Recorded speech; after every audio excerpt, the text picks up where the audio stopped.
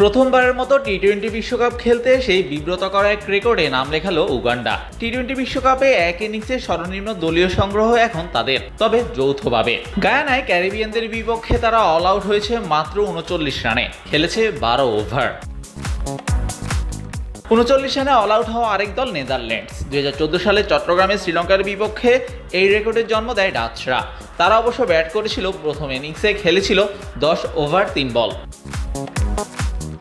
সর্বনিম্ন তালিকায় সেরা 3-এর আরেক নামটাও ডাচদের, প্রতিপক্ষ একই।